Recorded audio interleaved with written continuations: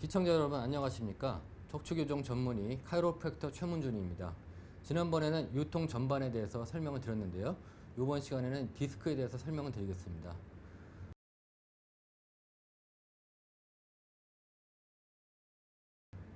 그러지 않아도 얼마 전에 교민지에 제가 이것과 관련한 칼럼을 기고했었습니다.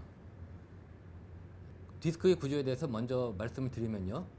중심부는 겔과 같은 유동성의 물질이 들어있고요. 주변은 질긴 테이프와 같은 애놀로스 파이브로스란 조직이 감싸고 있습니다. 전번에 말씀드렸듯이 디스크 질환은 디스크 탈출증과 퇴행성 디스크로 나눌 수 있는데요. 탈출증은 주로 젊은 사람들에게서 많이 볼 수 있겠습니다.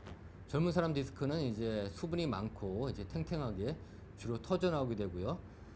중장년이나 노년층은 반대로 주저앉아서 문제가 발생하게 됩니다. 모두 공통적으로 디스크의 압력을 많이 받거나 불균일한 압력을 받을 때 주로 생길 수 있습니다.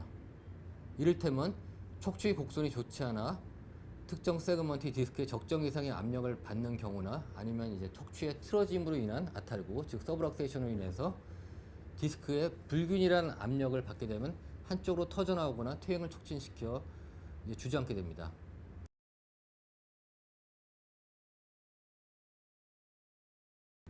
기본적으로 생각해야 할 것은 디스크의 문제가 언제 일어나느냐. 그것은 어느 한 디스크에 상대적으로 과중한 압력을 받을 때 일어나는 것입니다. 과중하다는 것은 본래의 감당할 수 있는 범위를 넘어서는 것을 말하고요. 압력이 지나치거나 아니면 고르지 못한 압력, 즉 이를테면 결함을 스펀지로 감싼 다음에 누르는 것과 혹은 각진 것으로 싸고 누르는 것으로 비유가 될 수 있겠습니다. 여기서 압력의 문제는 이제 척추의 곡선과 이제 밀접하고요. 고르지 못한 압력은 아탈구로 설명될 수 있겠습니다.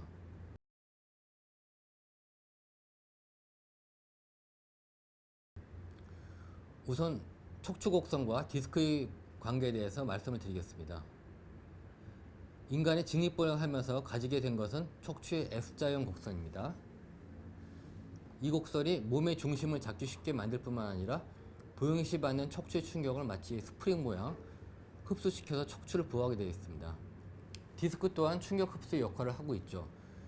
즉 이제 디스크와 척추의 곡선은 서로 협력하여서 충격을 흡수하는 역할을 하고 있습니다. 그런데 만약 이러한 곡선이 정상적이지 않다면 어떠한 결과가 처리될까요? 디스크는 곡선이 맡아서 해야 할 역할까지 떠맡아서 과중한 충격에 시달리게 됩니다. 결과적으로 디스크는 무너지기 시작하고 디스크 탈출증이나 조기 퇴행으로 인한 퇴행성 디스크 증후군 등이 일어날 수 있습니다.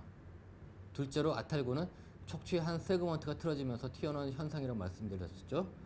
그럼 이렇게 한 세그먼트가 튀어나온다면 어떻게 되겠습니까? 디스크에 고른 압력이 갈까요? 아니죠.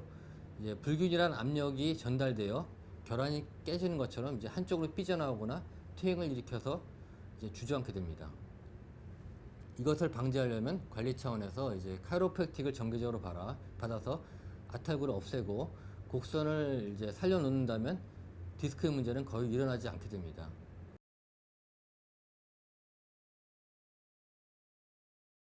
디스크의 증상은 보통 국지적 요통이나 아니면 허리부터 시작하여 아픔이 다리로 퍼져 내려가는 방사통 등이 종종 일어나고 합니다. 방사통이 일어날 경우에 그 아픔의 정도는 매우 심해서 이제 마치 치통과 같은 수준의 아픔으로 비유되기도 합니다. 90% 이상의 디스크 질환은 이제 카이로프랙틱과 같은 비수술적 요법으로 치료가 가능합니다. 미국이나 유럽 같은 나라에서는 실제로 척추 수술을 하는 경우는 흔치 않습니다. 부작용이 많기 때문이죠. 시청자 여러분, 이번 시간에는 디스크에 대해서 설명드렸고요. 다음 시간에는 이어서 디스크에 대해서 더욱더 설명을 드리겠습니다. 시청해 주셔서 감사합니다.